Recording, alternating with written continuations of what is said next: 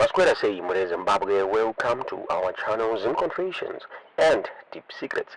Kana karike kutanga kukuya no channel, please don't forget to subscribe.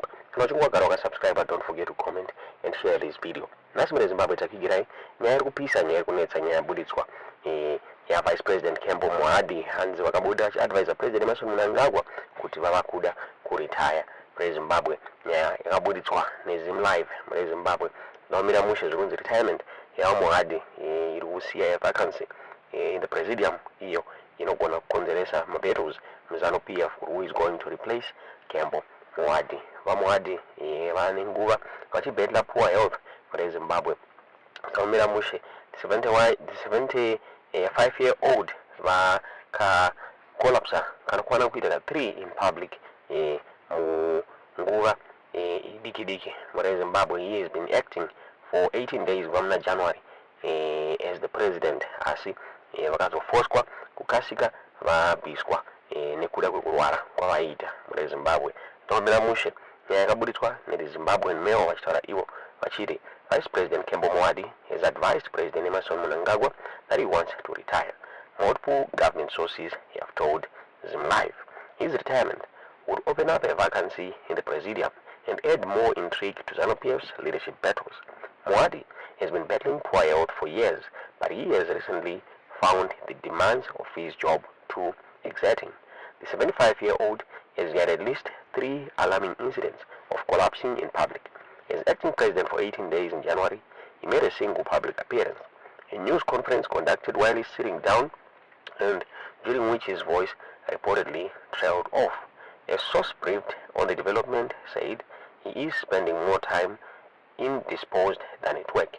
He has made the decision himself that he wants to retire, and the president has accepted his decision. It's now just a matter of timing how and when they make it official.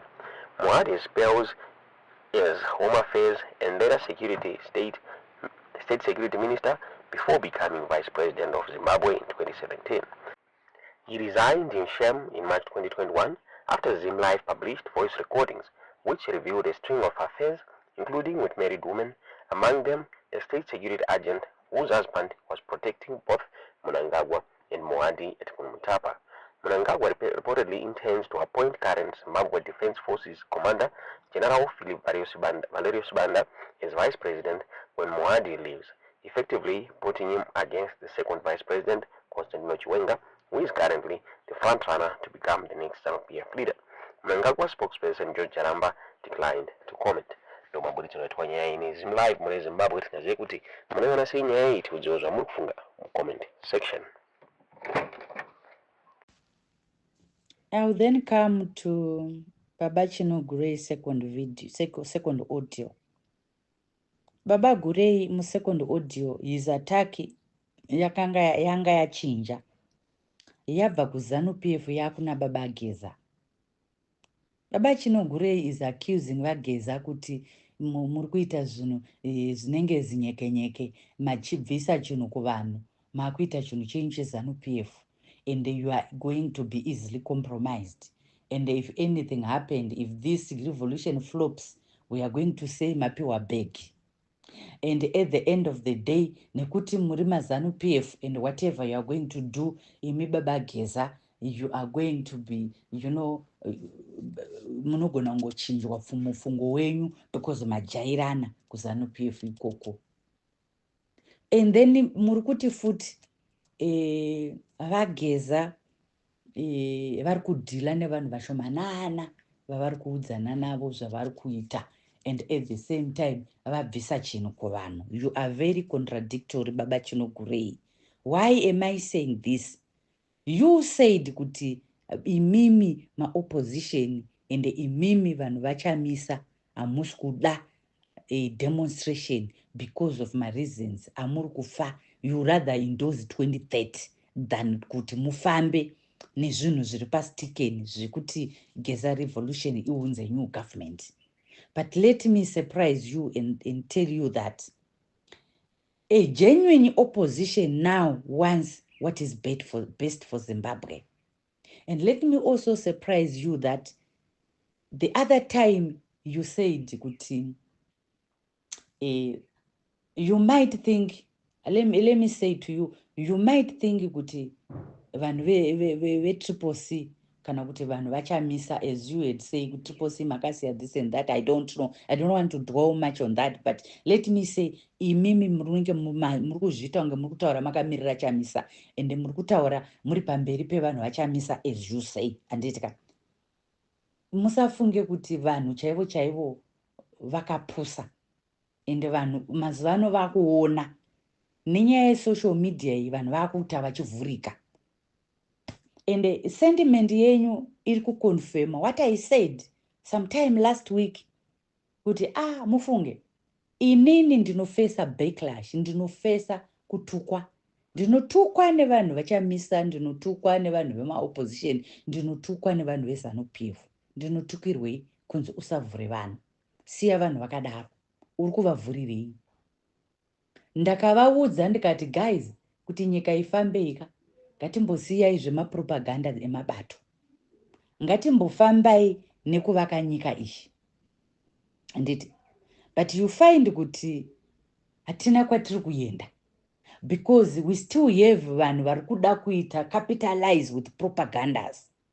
When they see us telling people zviri wrong zvinoitikwa neopposition, vanoti musavaudze, musavavhure, siyai zvakadaro, because they are the ones that makes the castle great. Those propagandas are the reason why people follow opposition. ZANU-PF also says those propaganda dzatinopa vanhu dzekuti muopposition atengesa nyika iri kufa nemasanctions, siya akadaro, ende vanhu they are okay with that propaganda, and that's the reason why they keep following ZANU-PF. And who are you to tell them otherwise? Saka kureva kuti chinhu chatiri kurwa nacho panapa ka hachina kuchipa sevana veZimbabwe. Tikabuda mukati memapato atiri tikauya takatarisa Zimbabwe, tiri kuwikena ma-political parties which are into existence as in right now.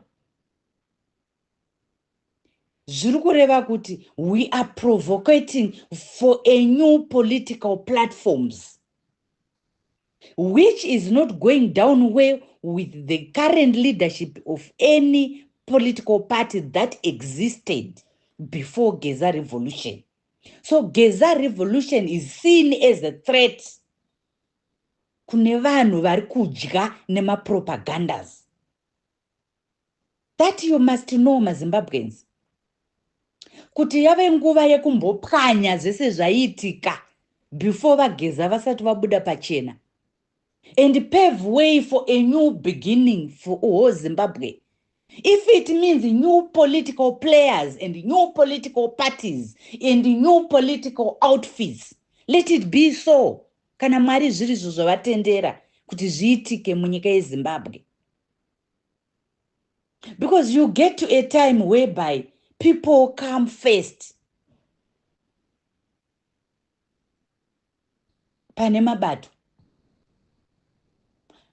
Therefore, this is why you would see kuti my political players who feel threatened, one, havasi kuda that which we are offering kuti tiite ma-reforms. They don't want them.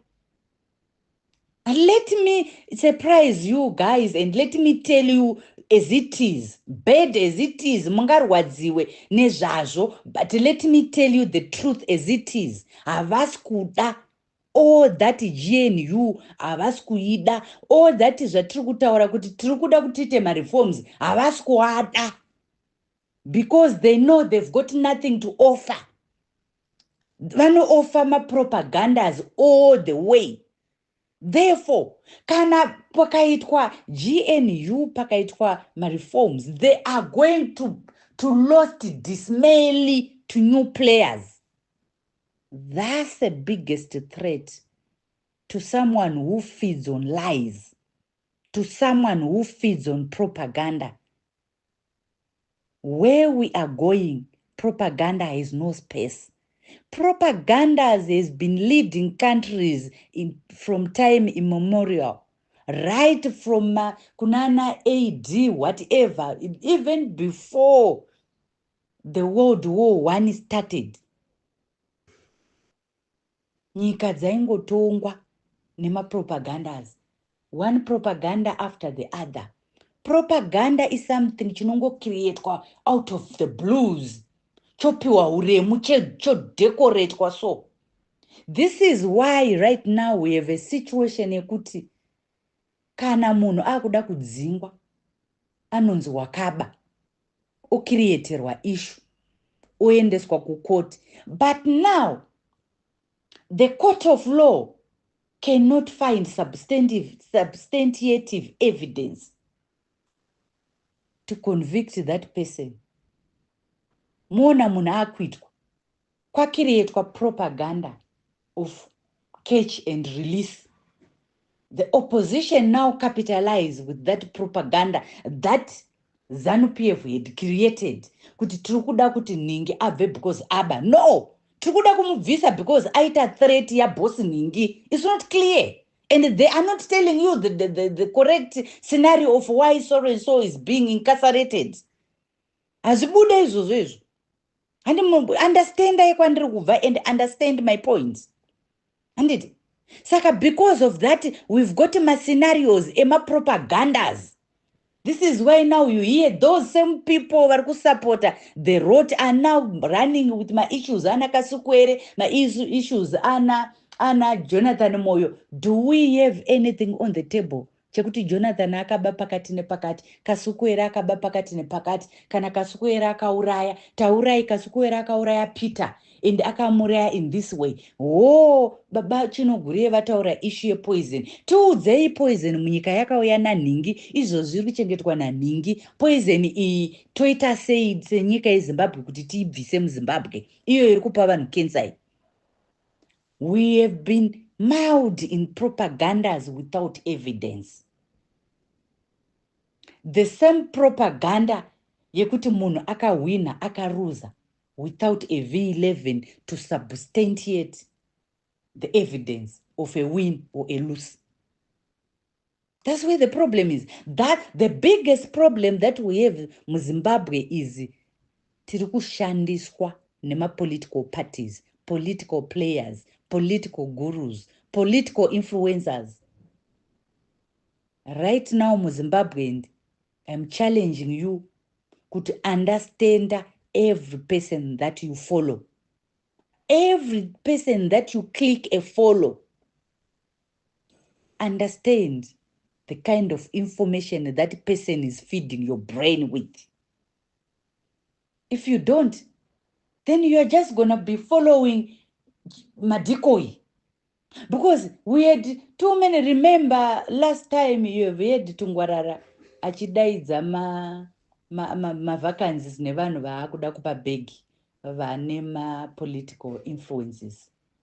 Saka many have been paid to be saying things to you kuti vakuoresei moyo so that the Geza revolution can fail. But the bottom line is it can never fail. As long as it carries the hope of a new Zimbabwe, as long as it carries the truth in it, as long as ichitaura chokwadi chiri kubatika nemaZimbabweans, ikakuudzai kuti president ari kurwara, you can substantiate that with all the several videos that you have been circulating in social media that points out exactly to what Comrade Geza has been saying, to what Susan Mutami has been saying in all his 2022 Twitter. Achitaura Mutami kuti vachiri pa stage 1 ezvino zvakuenda ku stage 2. We don't know kuti vapa stage 4 here kana 5. But evidence which are circulating in social media points out kuti probably vanenge vatoo ku stage 5. Judging from zvaiitika kuvhiki 4 kuswera zuro, it's clear that vatoo mu stage 4 or 5. Because ukaona president achijamba pa stage achiita matakana navaita vaya, hakuna president anoita kunge vharazipi. Hakuna zvakadaro. It has never happened in the land. It has never happened in the history of all Zimbabweans. Because Yes, everything is very clear, but tiri kuti isusu right now patave ndepekuti ngatitaurei zvinhu zvinovaka nyika. Baba chinogurei, my advice to you, as I don't know uri hanzvadzi uri baba kana kuti uri chii, but let's speak what can take this country to the next level. When you speak ukavhura muromo wako, taura zvinhu zvaune evidence nazvo, and taura zvinhu zvinovaka vana veZimbabwe. The Metia document is there, and it's something that you can actually prove, and it's something that we are all seeing. And all those issues dzaitaurwa navageza kuti chagwirei ane kambani ipi, ane zenga, ane cbd, go and verify zvese. Go back to the first video of vageza and verify zvese zvavaitaura kuti pane here chakapotsana navageza, pane here chavasina kutaura. Hezvo kuti maovheti kuzoti ana tungwarira vatenderere inga vakakonfirma kuti vageza mapoinda malupos edu we are correcting. And mukuzvona. But though they think they are correcting, but they are bribing people, not correcting per se. So that's the biggest error that we have in the government of the day. They are not correcting errors. They are not, they are not ready to amend their flaws. They are not even ready to accept reality. Kuti instead vari kusunga vanhu vari kuda kuexpressa. As long as vachiri kusunga vanhu vachida kuchikidzira vanhu vachida kudii, they are not ready to accept reality of things that are happening on the ground. The reality that vanhu havachada. That's the reality. People no longer want this rubbish. They are tired. They want a better nation. They want a better Zimbabwe. They want a better country. They want a better economy for all. They want the government of the day to utilize their resources accordingly, to utilize them so that they can benefit the populace, not certain individuals. Isn't it louder enough for the government to act? Isn't it louder enough that they accept what is there so that we move this country forward? Hapana ari kurwisa munhu. And vageza vamuri kutaura baba chinogurei did nothing wrong. There's no way Baba Geza could be dealing all this alone. Obviously, there's a team behind him that he strategizes with. And if you are not part of the team, don't try to confuse vanhu. And the very thing that you mentioned is wati wewe ungavadzosere chinhu kuvanhu, but at the same time wati mamusikuda.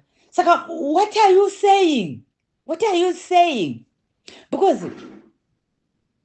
on God, on understanding what transpired on Harare CBD, it is clear that it is ZANU-PF supporters who were amongst all those few thousands that were demonstrating. And at the same time, the complete Harare CBD corporate world endorsed Geza revolution. Save for imi vashandi kureva kuti muri kupiwa mari here iri kunakidza kana kuti masalaries enyu are okay, your lives are okay, and ivo vacho vari kuginya mavendors makaratidza you endorsed. The vendors endorsed Geza revolution. They were never in the street. There were no vendors. The shop owners closed their shops. They endorsed Geza revolution. Saka, chasara, vanhu venyu baba gurei vamuri kuzviti vetriple C, vanolidwa nana mafume, vakaunganidza vanhu vakati musaende, vachizama kuda kuti mavendors aende kunotengesa as business was usual, but the vendors refused. And Saka, my biggest question is, judging from what transpired in Harare, would you blame Comrade Geza if they come up with another strategy that does not include kuenda kwa vanhu mastreets, makati munotya kupfurwa, mukati muri kuda masoja kuti atanga abuda ataura, mukati you are not guaranteed your safety, because hamusati ready to liberate this country at any cost. You want to liberate it at the cost of your political parties. Therefore, will you now blame this strategy that is on our table? Do you have another solution? Can we now come back and say we are now activating another demo? Are you going to be part of the demo that is going to be put across on the table? What is it that you want, Baba Chino Gray? Can you elaborate your points and go straight to the point as to what is it that you want Baba Geza to do? Because as it is, he listens to everybody because chinunde chevanu. So I would more happier if you come up with a solution. Tobva tatenderedza solution toisvitsa kwerifana kusvika, but ukatanga kuisa maaudio ekungotuka, ekupwanyana, ekuzodzana madhaka, munhu asvibiswe anosviba ega nemabasa ake. Hakuna munhu anoti ndiri kuita chinhu cheZANU-PF when ZANU-PF in a clear blueprint. The reason why right now ZANU-PF iri kusemesa kuvanhu is because of certain individuals who are greedy, certain individuals who are evil, certain individuals who are murderers, certain individuals who have done a lot of misdemeanors, a lot of too many bad things. The same happens to opposition. We've got too many people who are in opposition, just there to use propaganda, just there not for people to get a better nation, not for people to get better lives, but not for anyone to benefit, but for themselves to keep being in council offices, being chairperson of certain councils, and, keep stealing from the people, selling stands corruptly, and not availing any stand to the people to get from the front door. That's when we start to say we are serving the people. And that's when we can now start to say we are serving the people. But as long as we still have zviri kuwanikwa ku-opposition, zvichiwanikwa ku-ZANU-PF, zvichiwanikwa all over, and at the end of the day, we are being run with a government mound and full with characters who are greedy, who are never for the people.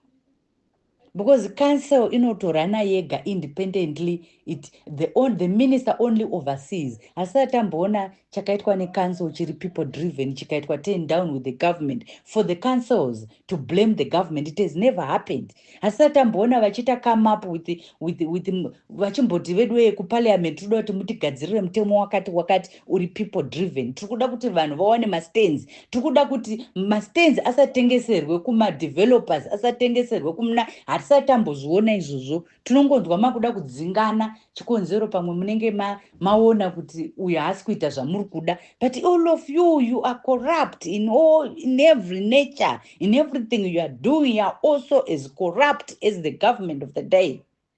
So who then is perfect? No one is perfect under the sun. The best way is to leave all these problems atinawo kuma parties to focus on one Zimbabwe. We then focus on a one Zimbabwe for all. I think that's the best way kuti titore nyika inui. And that's the best way kuti tiende ku next level.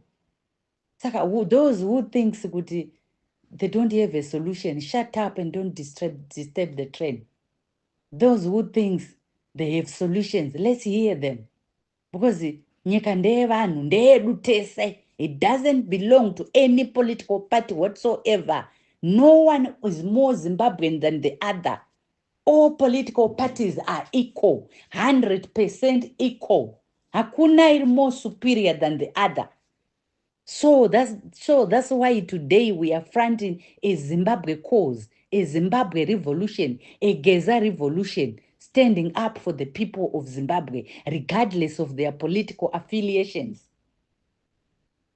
Saka, it's either you are for Geza revolution or you are against it. usaita unga rwaivhi yokuti unoda kuti vanhu vakufollowe vachifunga kuti uri wegeza revolution. A lot of people have amongst a lot of followers by just preaching the geza revolution. But now vanhu vavafollowa channel kati kurewo kaakuma 2000 followers kana kuma 1000 followers wakutanga kuchinja toni yako yakutotanga kutoshandisa that channel to oppose the geza revolution, uchidecorate your excuses. We don't want such chameleons. We don't want such chameleons. It's either you are for the geza revolution or you are against it. Simple as that.